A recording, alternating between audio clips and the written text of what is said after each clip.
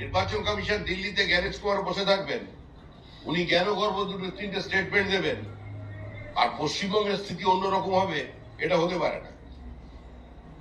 নির্বাচন কমিশনকে আসতে হবে, এখানে জ্ঞানেশ কুমারকে আসতে হবে, কি অবস্থায় বিএলওরা আছে তাদের দেখতে হবে, কিভাবে প্রক্রিয়া চলছে সেটাকে বুঝতে হবে।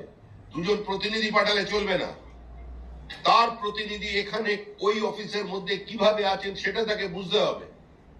দিল্লি থেকে একজন অফিসার পাঠিয়ে দিলাম আর তারপরে ওপর থেকে বসে মনিটরিং করলে চলবে না। পশ্চিমবঙ্গের পরিস্থিতি অন্যান্য রাজ্যের থেকে আলাদা।